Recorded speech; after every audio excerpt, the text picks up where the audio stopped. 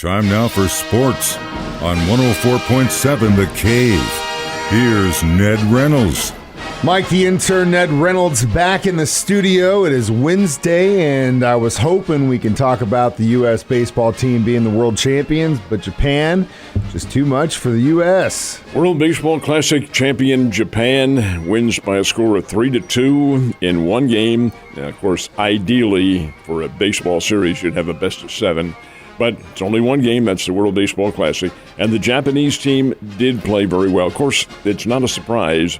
They'd won the thing twice before, back about 10, 11, 12 years ago. And they were the top seed this year. They have a very good baseball team. They have probably the best player in the world, and Shohei Ohtani. And in the ninth inning, strikes out his teammate, Mike Trout, in a head-to-head matchup. Okay, does it necessarily mean that the Japanese team is the better team they were last night? But when you take a look at the stats, the USA out-hit Japan 9-5. And the runs were all on home runs. Japan's was a 2-run homer and a solo homer, and the USA's, despite their 9 hits, were 2 solo home runs. Pitching was good. Defense was outstanding. I would have, if I had been manager, played the game a little bit differently in the ninth inning when the leadoff batter walked and you're trailing by 1 run.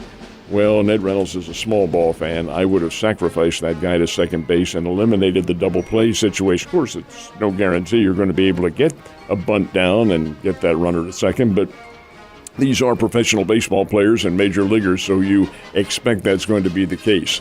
Regardless of that, USA didn't do it. Leadoff batter walked. Mookie Betts hits into a double play. Mike Trout strikes out. That's the ball game. 3-2. Japan wins it, and Japan is World Baseball Classic champions. Is it as significant as winning the World Series? No, not to the Americans, nowhere near as significant, and probably not to the foreign players in Major League Baseball either, but it is a pretty big deal, and Japan deserved to win it. Again, if it was the series, I think the USA would have had it. When you take a look at the teams and how they were balanced, if they were to play 10 games, I would suspect the USA would win 6. 6-4. That would be my pick. Well, it'd be a fun series to watch, so I'll tell you that right now. So in professional sports, obviously with contracts, a lot of players get bonuses. In football, it's touchdowns scored, yards gained. Baseball, there's other kind of bonuses. If a team goes this far, you do this, blah, blah, blah, blah, blah. But when it comes to the World Baseball Classic, do these guys get any kind of bonuses for this? They do not. World Baseball Classic is not part of Major League Baseball. Major League Baseball approves of it and welcomes the players in and takes care of them and all that. But no, there's no bonuses. These players are paid, of course. They're paid their regular salary that they would. A lot of them are getting millions and millions and millions of dollars. But in terms of extra pay, no, that is not the case. They're paid as what they would be as if it were spring training, which in fact it is for the American players. Well, for all those in Major League Baseball, this is just an extended spring training or a more intense level of spring training. No extra bonuses. For the players that do get hurt, though, in the Classic, for, I guess, the love of the game, because they're not making money and it kind of screws with their real job because they can't come back and play for a while, how are they paid? They are still, of course, awarded their contracts. And there were 2 of them, 2 significant injuries. Yeah. Edwin Diaz of the New York Mets and Jose Altuve of the Houston Astros, who's out probably for 2 months with a broken thumb. Diaz is out for the year.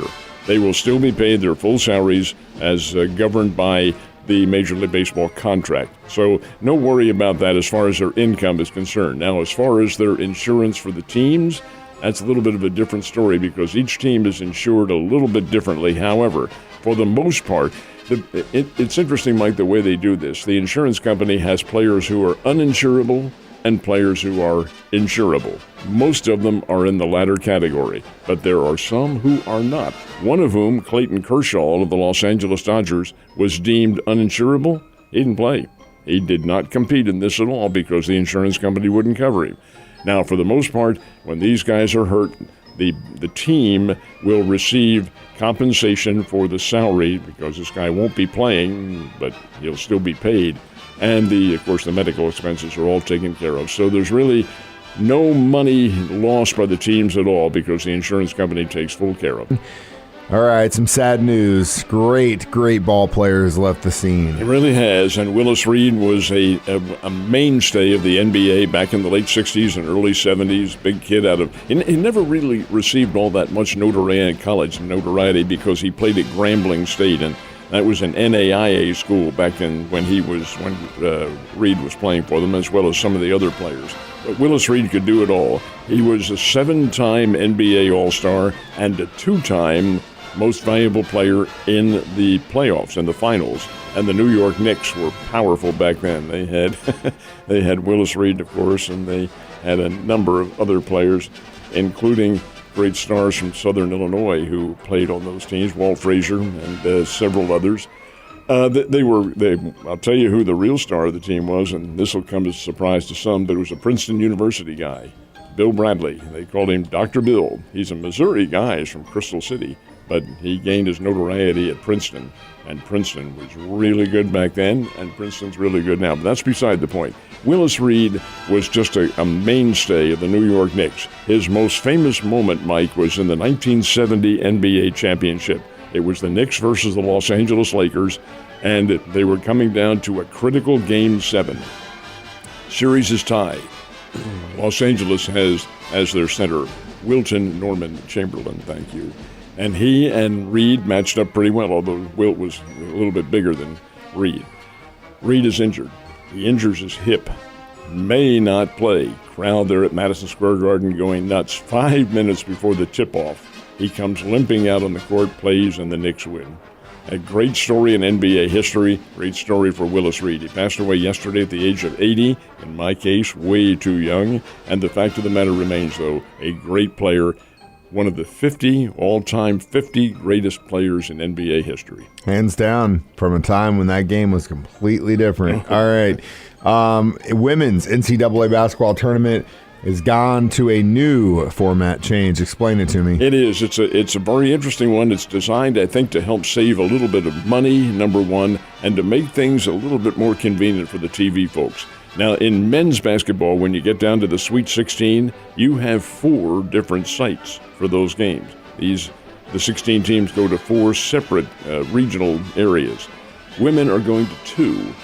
They will have 8 teams in each of the 2 regions they're going.